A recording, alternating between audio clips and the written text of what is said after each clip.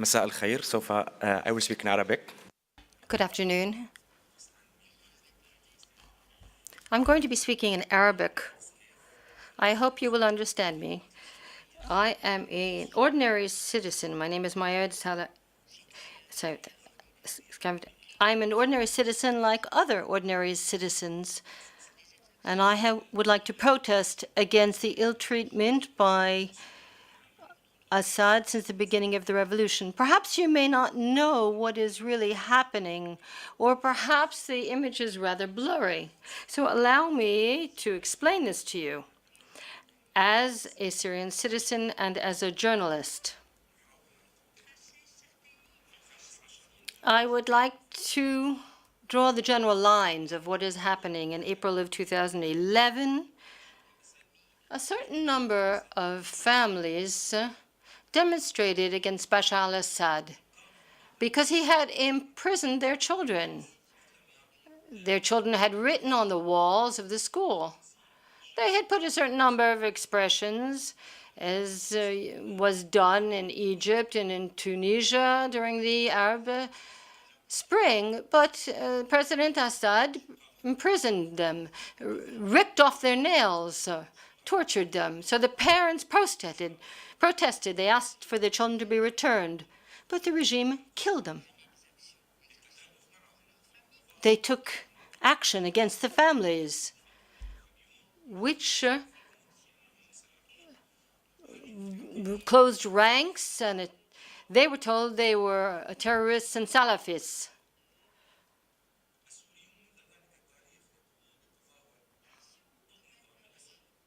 This is the action that the regime carried out to put down a revolution, to put down any revolutionary activity against the regime. Now, this is not just due to politics. This is because people said, we are against the murders. We're against the slaughter being carried out by the Assad regime. This is probably an exception today. In the region near Damas, there's a young man whose name is Rias Matar. And he launched an initiative to offer flowers and water to Assad's soldiers because he was against war. And so the soldiers put him in prison, tortured him, and killed him, and delivered his body to his family with a letter saying, you can turn him into minced meat.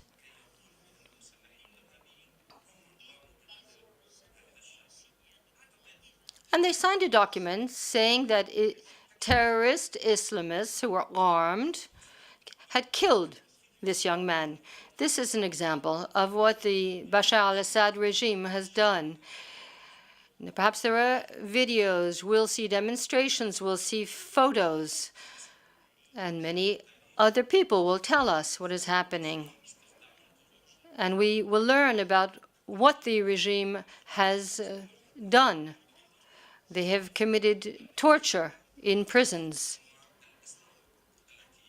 And they have used all types of weaponry, things that are unimaginable. I was in Aleppo. I saw how the regime of Assad launched Scud missiles against inhabited areas. I saw the destruction due to the bullet shots. They did how chemical weapons were used. And in the suburbs of Damas, blinded tanks were used, and all kinds of other weaponry. And a new weapon, that is, to encircle the region, to starve the population. These are just a few examples of what the Assad regime has done. Now, since the beginning of the revolution, my family was against the slaughter, the carnage, the injustices. All we wanted was a free and democratic country. We yearned for a free country, like many other countries in the world where there isn't a bloody regime, a corrupt regime. I think this is a natural dream that all people and all countries have since the beginning of the revolution. And my uncles, I have 7, in fact, have been imprisoned. Other people have been imprisoned as well at their workplace of work. One uncle is 85 years old. Another uncle who is 63 years old. His son, 33 years old, were all dragged into prison. They were grabbed at their workplace. And we know that there are many who have been tortured and murdered. We have photos of people who were tortured and killed. We learned about this from information. My uncle, Basel Iskiaf, was killed. They're peaceful activists, and he was killed in an abject, infamous manner. He was inquiring with my uncle, aged 85, about what was happening, and my 63-year-old uncle was present. And the regime started to humiliate him and to attack him. My young uncle revolted. And so the soldiers threw themselves on him, started to beat him. And 2 days later, he died of his wounds. My uncle Basel, I'd like to add, was a poet, a singer. He sang at all the family parties. He had a beautiful voice. Less than a year ago, the security forces, about 100 soldiers, went into his home while he was asleep with his wife and his children, and they stole everything. They took everything he had in his home, and they demolished everything they couldn't carry with them, and they beat him in front of his wife and children.